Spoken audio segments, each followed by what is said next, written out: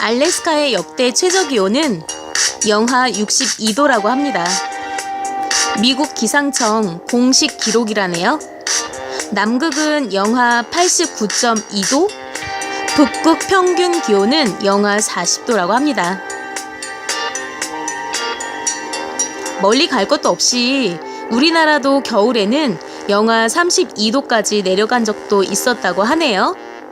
그러니 여러분, 다가올 겨울을 준비하며 푹푹 찌는 여름을 한껏 즐겨보자고요.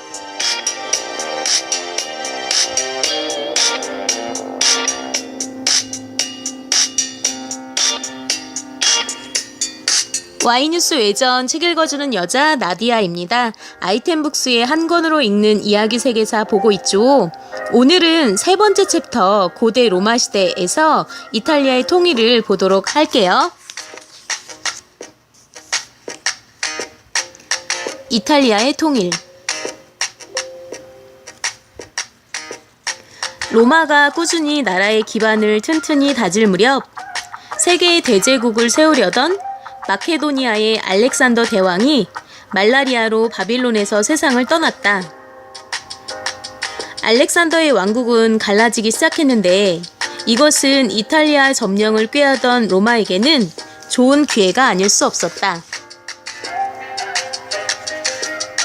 로마는 기원전 290년 라틴인을 무찌르고 라티움 지방을 점령한 뒤에 에투르리아와 삼리움을 차례로 무너뜨려서 티베르 강을 중심으로 한 이탈리아 중부를 차지하게 되었다.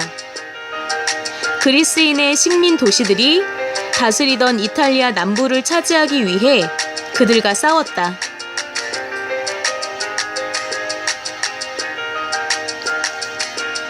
로마군은 식민 도시들을 연거푸 무찔렀는데 이에 타렌툼이 그리스 본토의 에페이로스 왕의 피로스에게 도움을 청했으므로 피로스 왕은 즉시 대군을 이끌고 이탈리아 반도에 다다랐다.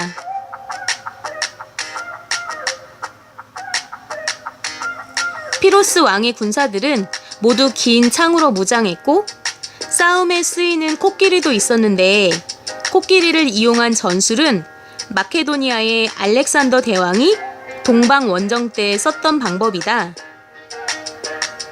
로마군은 그 코끼리를 큰 소로 잘못 알고 갈팡질팡하다가 피로스 왕의 군사들에게 패배하고 말았다. 싸움이 끝난 뒤 로마는 포로를 교환하는 문제로 파브리티우스를 피로스 왕의 진영에 보내자 피로스 왕은 그의 마음을 떠보려고 후하게 대접한 후 많은 금은 보화를 내놓고 선물을 받으라고 말했다. 파브리티우스는 냉정하게 거절하면서 군사들의 목숨이 파리보다도 못한 싸움터에서 이런 것들은 어디에다 쓰겠습니까? 피로스 왕은 파브리티우스의 말을 듣고 부끄러움을 감추지 못했으나 다시 그가 얼마나 침착한가를 시험해 보려고 했다. 이튿날 아침 피로스 왕은 회의장 뒤에 코끼리를 데려다 놓고 포장을 쳐서 보이지 않게 가려놓았다. 그런 다음 파브리티우스가 회의장에 들어오자마자 갑자기 포장을 벗기게 하였다. 갑자기 나타난 코끼리를 본 파브리티우스는 조금도 놀라지 않고 오히려 껄껄 웃으면서 말했다. 과연 큰 동물이군요. 마침내 피로스 왕은 파브리티우스에게서 감동을 받고 포로가 된 로마군들을 아무 조건 없이 모두 풀어주었다. 그 뒤에도 로마가 끈질기게 싸움을 걸자 지친 피로스 왕은 사자를 로마 원로원에 보내 평화롭게 지낼 것을 청했으나 원로원은 로마군이 어려운 조건 속에서 싸우고 있는데도 피로스 왕의 요구를 거절했다. 피로스 왕이 군사를 이끌고 이탈리아를 떠나지 않기 때문이라는 것이었다.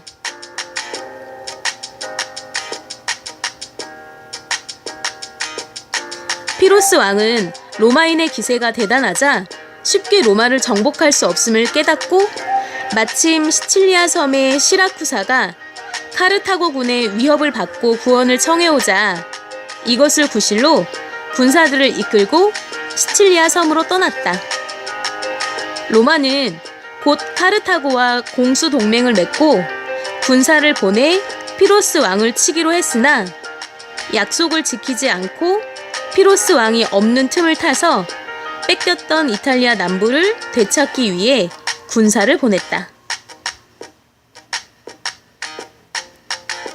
피로스 왕은 시칠리아 군과 싸우던 중 이 보고를 받고 카르타고에 화의를 청했으며 카르타고 역시 로마의 배신 행위를 괘씸하게 여긴 나머지 피로스 왕의 요청을 받아들였다. 군함까지 내주면서 피로스 왕에게 또다시 로마를 쳐부수도록 하였다. 이것은 배신이 배신을 낳은 셈인데 처음에는 로마가 카르타고를 배신했고 그 배신에 분노한 카르타고가 이번에는 로마를 배신한 것이다. 로마는 또다시 피로스 왕에게 침략을 당했다. 이때 로마군은 이미 피로스 왕의 전술과 전략을 자세히 알고 있었으므로 피로스 왕의 군사들과 싸울 모든 준비를 마치고 있었다.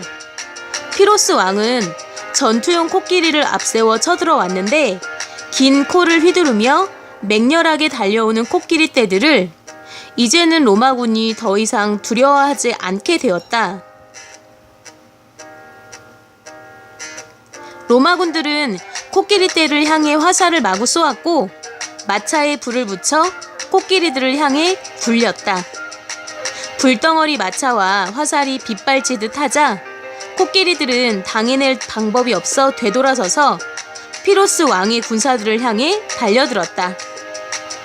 로마군은 이에 힘을 얻어 앞과 옆 양쪽에서 피로스 왕의 군사들을 공격하자 마케도니아의 긴 창을 든 군사들을 이끌고 제2의 알렉산더 대왕을 꿈꾸던 피로스 왕은 어쩔 수 없이 크게 패하고 본국으로 돌아가고 말았다. 티베르 강가를 중심으로 하여 태어난 로마는 마침내 이탈리아 반도 대부분을 차지했으며 그 세력이 시칠리아 섬을 마주보는 메사나 해협에까지 미쳤다.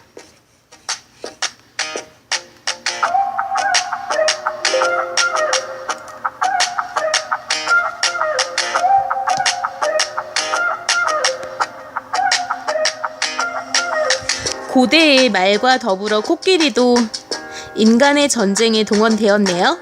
물론 강제 동원이었겠죠?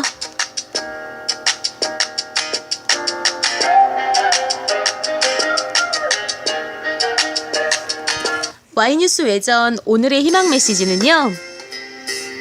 자책은 그만하라. 그만큼 했으면 됐다. 입니다. 일을 망쳤을 때나 중요한 시험 혹은 사람과의 관계를 극단적으로 돌이킬 수 없는 상태로 만들 때가 있죠. 이로써 사람들은 일정 기간 자책을 하게 되는데요. 지난 일을 돌아보며 분석하는 것은 미래를 위해 매우 중요한 행위입니다. 때로는 이 기간이 너무 길어서 헤어나올 수 없는 경우도 있어요. 그러니 여러분, 우리 자책과 반성은 재발 방지를 위한 계획을 세우는 데까지만 하기로 해요.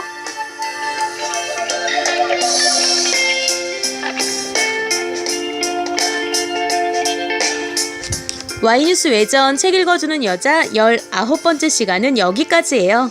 20번째 시간에 만나요. 기억하세요. 여러분은 아주 특별합니다.